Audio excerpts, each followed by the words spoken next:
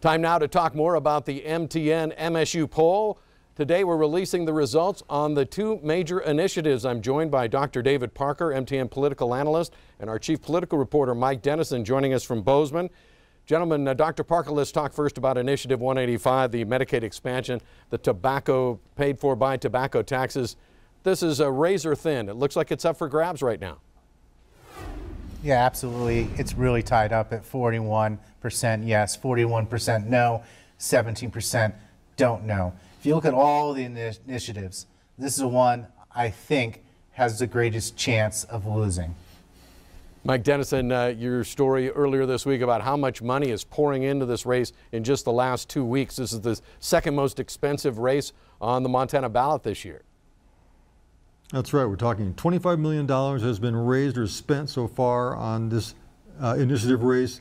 $17.5 million of those dollars have come from two tobacco companies pretty much against Initiative 185, which would extend Medicaid expansion, which covers about 100,000 low-income adults in Montana, and help pay for that with a big increase on tobacco taxes, taxes on cigarettes and other tobacco products. Of course, that's why the tobacco people are fighting it.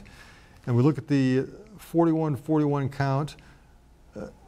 Think about all those undecideds. As Dr. Parker will talk about, we have this much money and a little bit of confusion. Those tend to break no.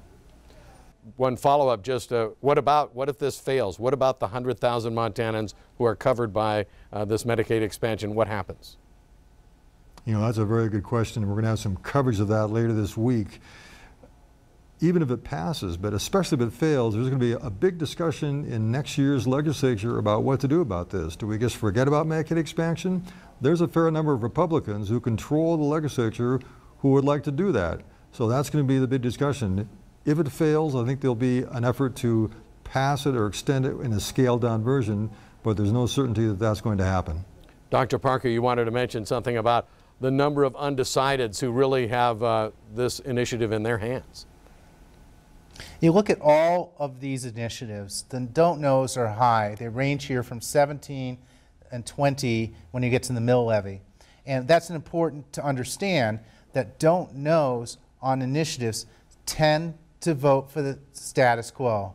And the status quo on this would be no. And the status quo on 186 would be no. Initiative 186, of course, the mine reclamation. Our poll, Mike, shows this really passing with a sizable margin right now. It does. It has a little over 50% saying yes to this, only about 29% saying no, and a big chunk of undecideds, almost 20%.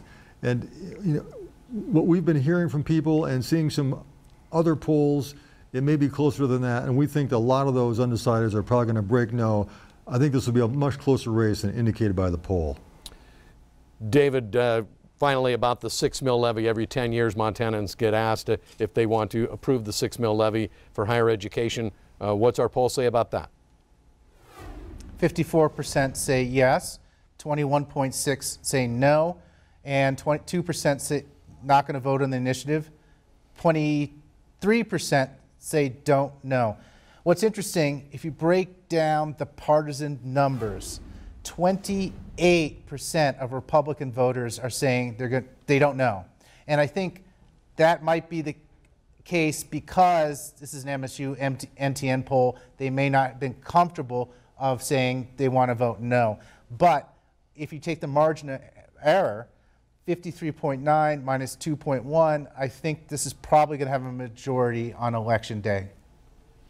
We'll have to wait and see. Less than 2 weeks away. Gentlemen, thank you so much.